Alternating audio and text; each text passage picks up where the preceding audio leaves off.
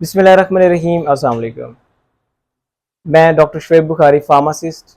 उम्मीद है आप सब खैरियत से होंगे।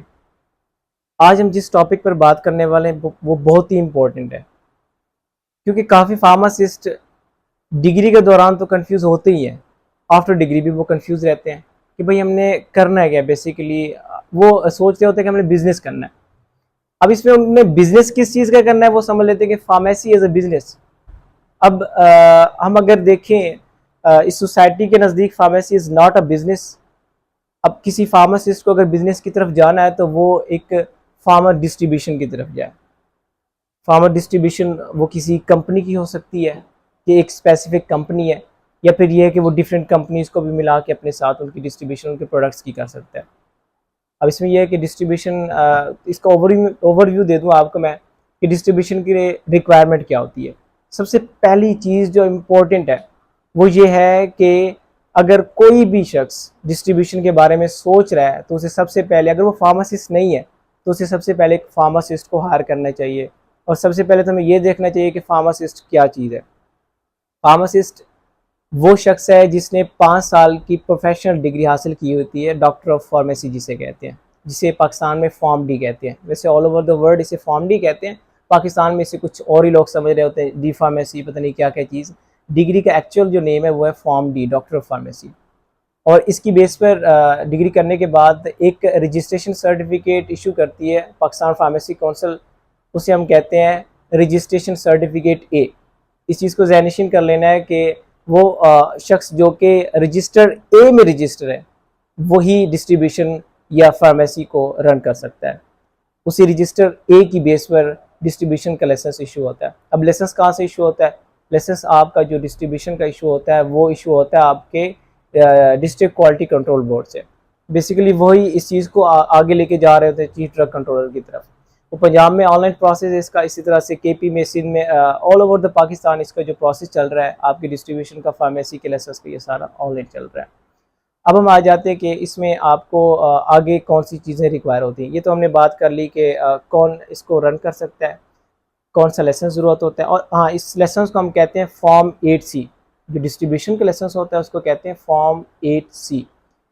इस डिस्ट्रीब्यूशन को एक फार्मासिस्ट ही इसे हैंडल कर रहा होता है, और इसके नीचे जो स्टाफ काम कर रहा होता है वो मैट्रिक पास लाजमी होना चाहिए। और डिस्ट्रीब्यूशन का सारा रिकॉर्ड जो होता है वो कंप्यूटराइज होना चाहिए। अब इसमें यह है कि आप एक स्पेसिफिक कंपनी के साथ भी कॉन्ट्रैक्ट कर सकते हैं, या तो आप उनके ऑल ओवर द आपका डिस्ट्रिक्ट है या फिर आपका रीजन है उसमें आप उसकी डिस्ट्रीब्यूशन कर सकते हैं, या फिर उस कंपनी की आप फ्रेंचाइज ले लें।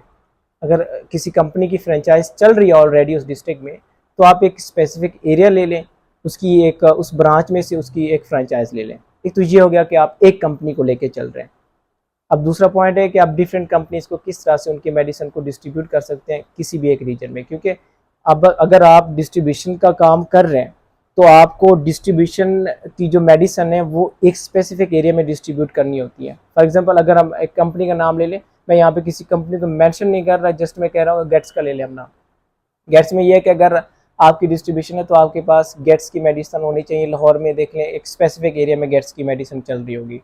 अगर उससे आगे आपका डिस्ट्रीब्यूशन जाएगा, क्योंकि वहाँ पर ऑलरेडी गेट्स की मेडिसिन कोई और डिस्ट्रीब्यूटर भी डिस्ट्रीब्यूट कर रहा है, उसकी सप्लाई कर रहा है, देन ये उसके अकॉर्डिंग इलीगल भी हो सकता है। बिजनेस में थोड़ा क्या बहुत ज़्यादा मसला आ सकता है। एक तो ये बात हो गई। दूसरा ये कि डिफरेंट कंपनीज़ के साथ भी आप कॉन्ट्रैक्ट कर सकते हैं, उनके वो ले सकते हैं अपना प्रोडक्ट्स वगैरह।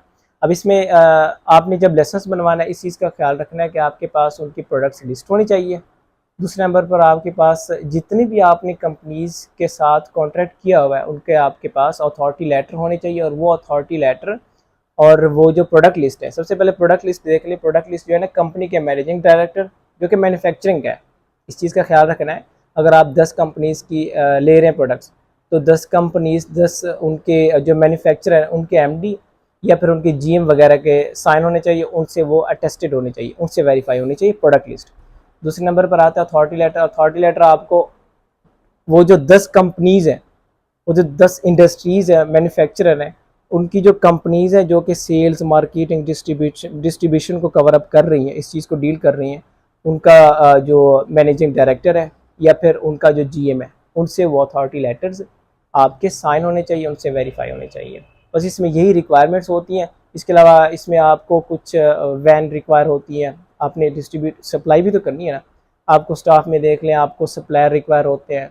उसके बाद आप अगर किसी कंपनी के साथ चल रहे हैं, कंपनीज आपको खुद वो, क्योंकि एक स्पेसिफिक रीजन में उनके सेल्स मार्केटिंग के डिपार्टमेंट वाले वो भी काम कर रहे होते हैं, और वो अपने टेरिटरी सेल्स ऑफिसर भी कंपनी खुद प्रोवाइड कर रही होती है। लेकिन जो सप्लायर होते हैं, जो वो उस प्रोडक्ट को आपकी सप्लाई को लेके जा रहे होते हैं, वो आपने खुद हायर करने होते हैं। बाकी वो जो कंपनी के साथ आपके कॉन्ट्रैक्ट होते हैं वो खुद आपको कंपनी प्रोवाइड कर रही होती है। उम्मीद है आपको इतना समझ आ गया होगा, क्योंकि ये बेसिक बेसिक चीज़ें मैंने बता दी हैं। इसमें बाकी जो मज़ीद प्रोसेस होते हैं वो ऑटोमेटिकली, अगर आप इस बिज़नेस में आ रहे हैं तो आपके ऑटोमेटिकली होते जाते हैं। Thank you very much. अल्लाह हाफिज़।